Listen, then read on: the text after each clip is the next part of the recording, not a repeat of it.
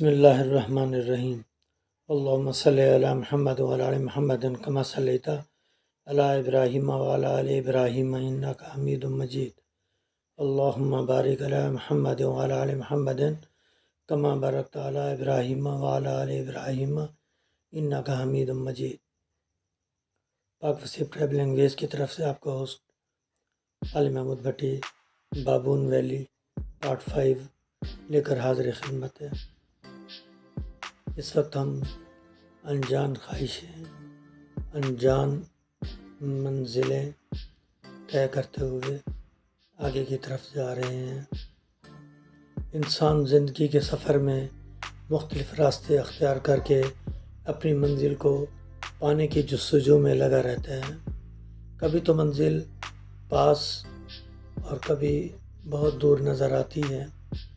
دور ہونے کی صورت میں انسان تھک کر نا امیدی کی پستی میں گرنے لگتا ہے، یا پھر اپنی ہمت سے من کے اندر جوت جگائے تن من دھن سے اپنی تدبیری کوششوں میں لگ جاتا ہے۔ زندگی کے انجان راستوں میں منزل اگر کھو جائے تو بہت سی دشواریوں کا سامنا کرنا پڑتا ہے۔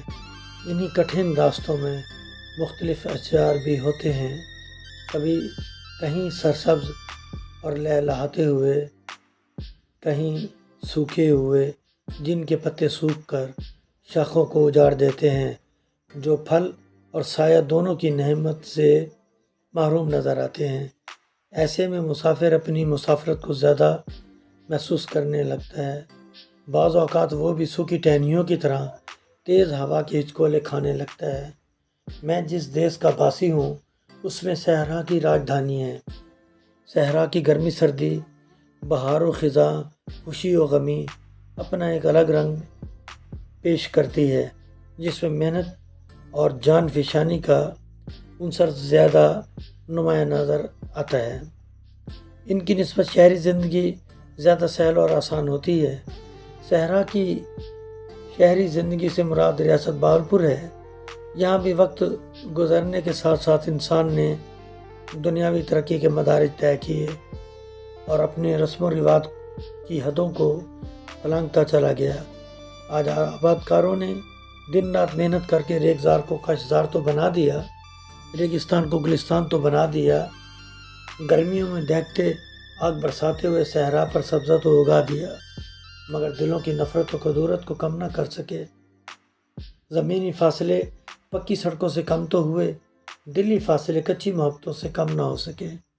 آج تالاب کے کنارے، شیشم کے درخت کے نیچے بچے تو تپتی دوپہروں میں اچھلتے کودتے گرتے نظر آتے ہیں، مگر بڑوں میں کچھ دوری ضرور نظر آتی ہے۔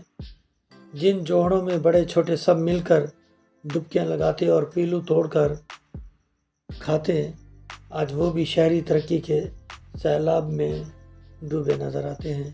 زمانے کے ساتھ ساتھ انسان بدلتے رہے، حالات بدلتے رہے، ان کے رہن سہن بدلتے رہے۔ وقت نے کئی نرم و گرم کروٹیں بدلی، مگر حفظ زدہ موسم جوں کے توں رہے۔ ہر انسان کسی نظری فکری سماجی سوچ میں مبتلا رہا۔ میں بھی انہی پریشانیوں کا شکار رہا، کیونکہ میں ایک آوارہ گرد روہیلا پرواسی ہوں۔ سخت گرمیوں میں بالخصوص پہاڑوں، دریاؤں، آبشاروں کی یاد ستانے لگتی ہے مجھے، اور ماضی میں کی گئی سرگوشیاں اپنا وعدہ یاد دلاتی ہیں کہ تم کتنے کٹھور ہو، کتنی جلدی مجھے بھول گئے، واپس آنے کا وعدہ کر کے ہر جائے مجھ سے غافل ہو رہے ہو، کیا واقعی تم نہیں آؤ گے؟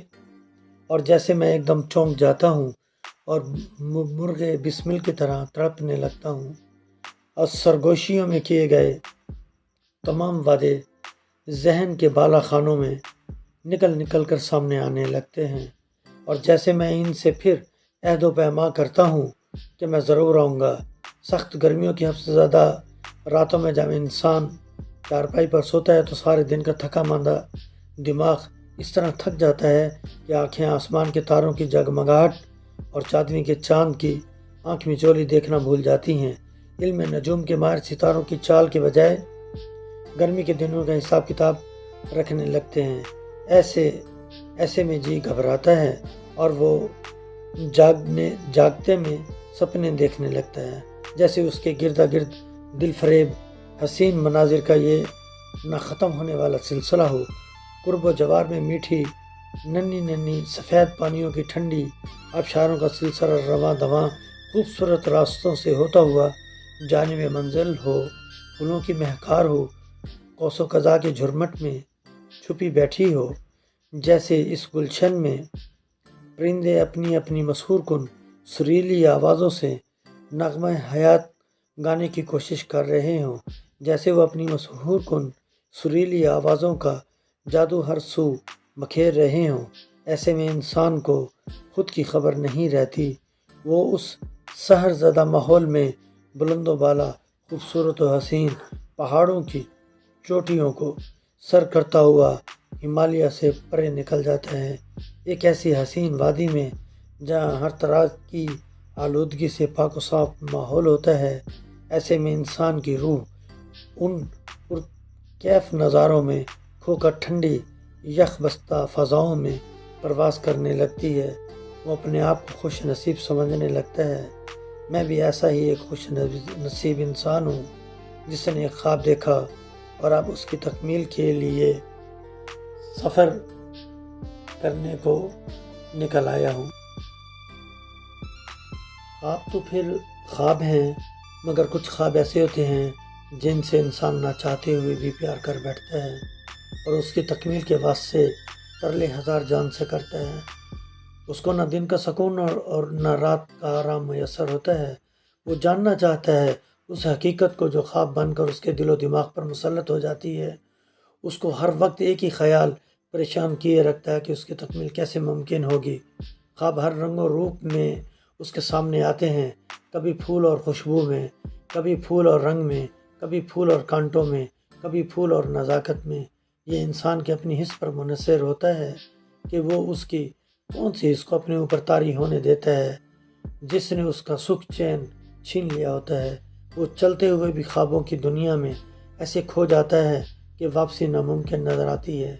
रंगों की हुस्न की बात हो या खुशबू की लताफत की या फिर हुस्न की देवी के नाज नखरों की, ये सब अपनी अपनी जगह कायम हैं, मुसल्लम हैं। मगर कुछ जज्बात ऐसे भी होते हैं जो इनसे मावरा हैं। वो इनसे बुलंद होकर नुमायाँ होने की कोशिश करते हैं। कुछ लोग कहते हैं ख्वाबों में नहीं रहना चाहिए, ये धोखा होते हैं, इंसानों को फरेब में मुब्तला करते हैं। मगर साहब कुछ भी हो, कभी कभी ये इंसानों को बामे अरूद की रोशनी भी दिखाते हैं और ये सोचने पर मजबूर कर देते हैं कि ताबीर अभी हकीकत हुआ चाहती है। हकीकत भी ऐसी कि जब पूरी हो फिर ख्वाब का गुमान सा हो। इस तरह ख्वाब बावजूद अपनी तकमील के फिर ख्वाब लगने लगते हैं। मैं आज अपने एक पुराने ख्वाब की तकमील के वास्ते कमर बस्ता हूँ और हसीन व जमील वादियों का सफ़र अख्तियार कर चुका हूँ। इस सिलसिले को पाया तकमील तक पहुँचाने के लिए चंद दोस्तों का साथ मैसर हो गया और मैं इस वक्त बाबून वैली के गिरदो नवा में उसके खूबसूरत शहरज़दा मनाजिर में घूम रहा हूँ और आपको भी इन नज़ारों से लुत्फ़अंदोज़ करवा रहा हूँ। मुझे उम्मीद है कि आप भी इन नज़ारों से खूब लुत्फ़अंदोज़ हो रहे होंगे। तो आइए हम बाबून वैली के आगे की तरफ के नज़ारे देखते हैं। ये इस वक्त आप पहाड़ों पर ग्लेशियर देख सकते हैं कि कहीं कहीं ग्लेशियर अभी भी मौजूद है, क्योंकि अभी सख्त गर्मियों का मौसम है तो यहाँ पर बर्फ़ पिघल चुकी है और हम इसीलिए बआसानी यहाँ तक पहुँच चुके हैं, वरना यहाँ तक पहुँचना बहुत मुहाल था। तो अब देखते हैं आगे की दुनिया के हसीन नज़ारे हमारी मुंतज़िर हमारी राह में खड़े हैं। اجازت دیجیے، اللہ نگہبان۔